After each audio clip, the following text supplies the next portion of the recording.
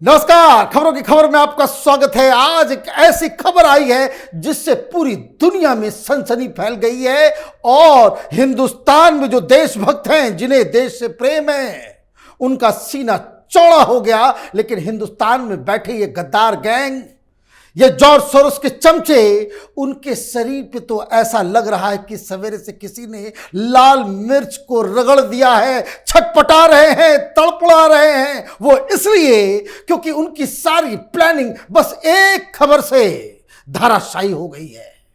और वो खबर ये है कि एक बहुत अहम व्यक्ति जो डिप्टी लीडर है नोबेल प्राइज कमेटी का, उसने ये घोषणा की है कि प्रधानमंत्री मोदी नोबेल पीस प्राइज के सबसे अहम कंटेंडर हैं। और जब से ये खबर आई है, हिंदुस्तान में कई लोगों को नींद नहीं आ रही, बेचैन हो गए। वो क्या होगा?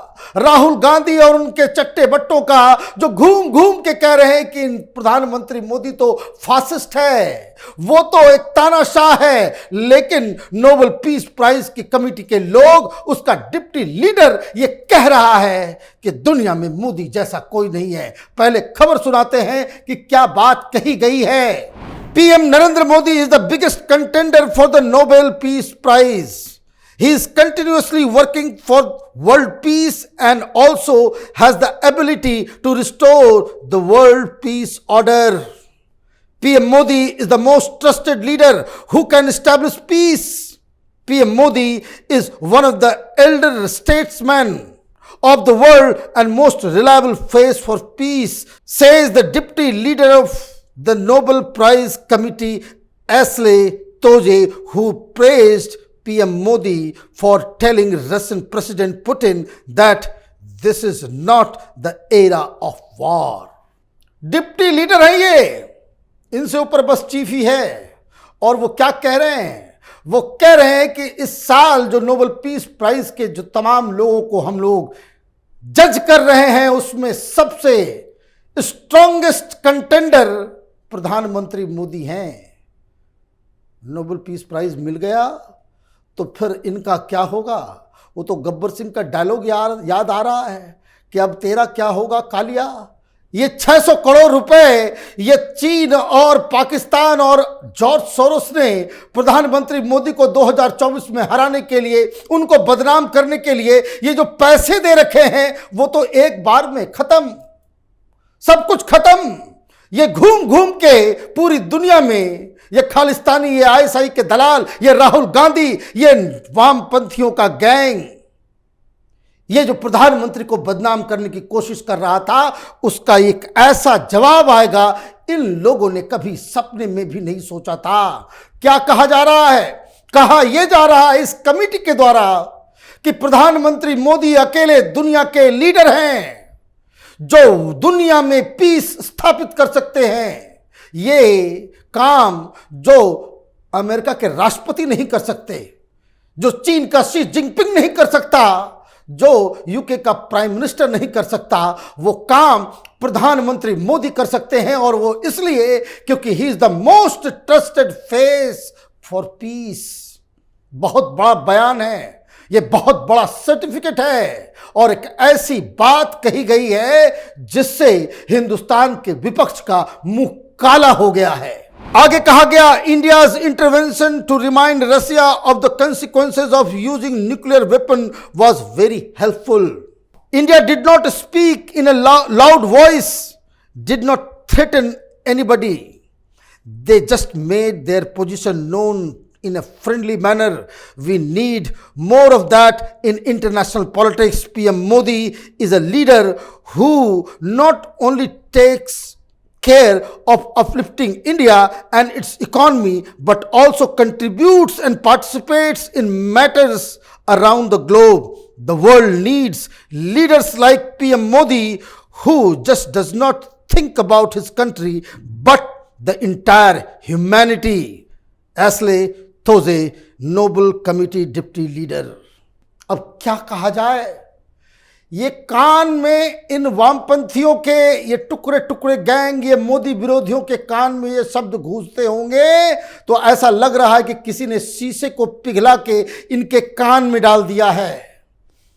जो घृणा, जिस हिसाब का वातावरण ये न्यूयॉर्क टाइम्स के दलाल, ये हिंदुस्तान में ये कांग्रेसी चट्टे पट्टे, ये गद्दार गैंग, ये टूल किट गैंग, इनके प्रोपेगेंडा का आज परमानेंट इलाज हो गया।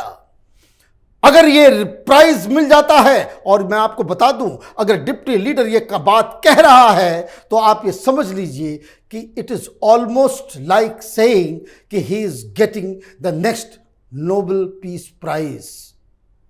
ये बात सार्वजनिक किया जा रहा है, इसका मतलब यह है कि फैसला ऑलरेडी हो चुका है। स्ट्रॉन्गेस्ट कंटेंडर का मतलब क्या है कि बाकी के जो कंटेंडर्स हैं उससे काफी आगे हैं, और यह बहस जरूर की जाएगी कि हिंदुस्तान में तो बहुत सारे प्रधानमंत्री हुए, किसी को पीस प्राइज नहीं मिला, किसी को नोबेल प्राइज नहीं मिला। यह काम ऐसा होगा कि जिससे इनकी बोलती बंद हो जाएगी। लेकिन जो बातें इस नोबेल कमेटी के द्वारा कही जा रही है उस पर गौर करने के लिए एक और बात है। Ashley Toze, who called India a peace legacy, believes the country is destined to become a superpower of this century.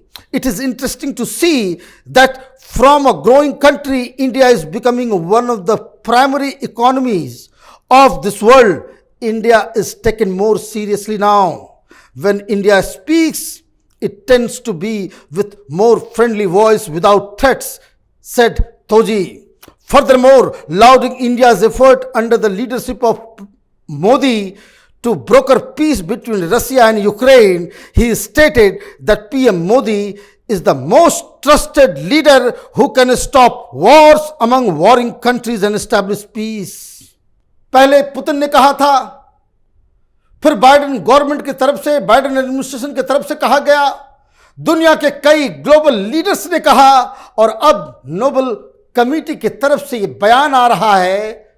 लेकिन जब ये खबर हिंदुस्तान में आई थी तो ये टेलीविजन से रिटायर हुए पत्रकार, जिनको टेलीविजन इंडस्ट्री ने लात मार के बाहर कर दिया, ये मजाक उड़ा रहे थे। वो कह रहे थे कि देखिए हिंदुस्तान में मीडिया की स्थिति ऐसी है कि देश तो संभलता नहीं मोदी से, ये यूक्रेन और रूस के बीच में शांति स्थापित करेंगे, इस तरह का फेक न्यूज फैलाते हैं। अब तो वो टेलीविजन पे कह रहा है, इस तरह तो स्टेटमेंट्स आ रहा है, फिर इसका क्या किया जाए। कहने का मतलब यह है कि प्रधानमंत्री को गालियां देते देते देते देते इन लोगों ने प्रधानमंत्री मोदी को इतना बड़ा बना दिया, इतना बड़ा बना दिया कि ये दुनिया के सर्वश्रेष्ठ लीडर के रूप में उभर रहे हैं। नोबेल पीस प्राइज मिलने का मतलब हिंदुस्तान की गरिमा सातवें आसमान में। ये प्राइज सिर्फ प्रधानमंत्री मोदी की नहीं है, ये प्राइज तमाम हिंदुस्तानियों की है जिन्होंने इस तरह के लीडरशिप, इस तरह की पॉलिसी, इस तरह की सरकार पे अपना भरोसा दिखाया। प्रधानमंत्री मोदी अकेले कुछ नहीं कर पाते। अगर देश की जनता ने दो दो बार प्रधानमंत्री मोदी को वोट करके बहुमत नहीं दिया होता, और उसका इस्तेमाल जिस तरीके से प्रधानमंत्री मोदी ने किया कि आज दुनिया मान रही है कि इस शताब्दी में हिंदुस्तान एक सुपर पावर बन के उभरेगा। वो ऐसा सुपर पावर जो अपने सेल्फ इंटरेस्ट के लिए वॉर नहीं करेगा, बल्कि ह्यूमैनिटी के लिए काम करेगा। ये वसुधैव कुटुंबकम और विश्व गुरु बनने के रास्ते पे प्रधानमंत्री मोदी ने हिंदुस्तान को अग्रसर किया है, और इसी की वजह से उन्हें नोबेल पीस प्राइज के लिए सबसे उपयुक्त उम्मीदवार माना जा रहा है। ये मत भूलिए कि प्रधानमंत्री रहते हुए न सिर्फ उन्होंने करोड़ों लोगों की जान बचाई जब कोरोना का प्रकोप आया था, बल्कि हिंदुस्तान के अलावा दुनिया के कई सारे मुल्कों को कोरोना के जहर से मुक्त कराया था। और जिस हिसाब से अलग अलग ग्लोबल फोरम के ऊपर, चाहे वो SCO हो, चाहे वो UN हो, चाहे वो सिक्योरिटी काउंसिल हो, चाहे वो G20 हो, चाहे वो क्वाड हो, हर जगह पूरी दुनिया में डेमोक्रेसी को मजबूत करने के लिए प्रधानमंत्री मोदी जिस तरह के डिप्लोमेटिक फैसले ले रहे हैं, उसका ये नतीजा है कि आज ये खबर आई है जिस पे हर हिंदुस्तानी, देशभक्त हिंदुस्तानी को फख्र करना चाहिए। और जो लोग शाम सवेरे सुबह उठते ही प्रधानमंत्री को गालियां देते हैं, उन्हें अपना चेहरा मिरर के अंदर देखना चाहिए और खुद से सवाल करना चाहिए कि कितने कुरूप आप हो गए हो मोदी के घृणा में कि आपको सच दिखाई नहीं देता। आप देखते रहिए कैपिटल टीवी। हमारे वीडियोस को लाइक कीजिए, शेयर कीजिए और हमारे चैनल को सब्सक्राइब कीजिए। धन्यवाद।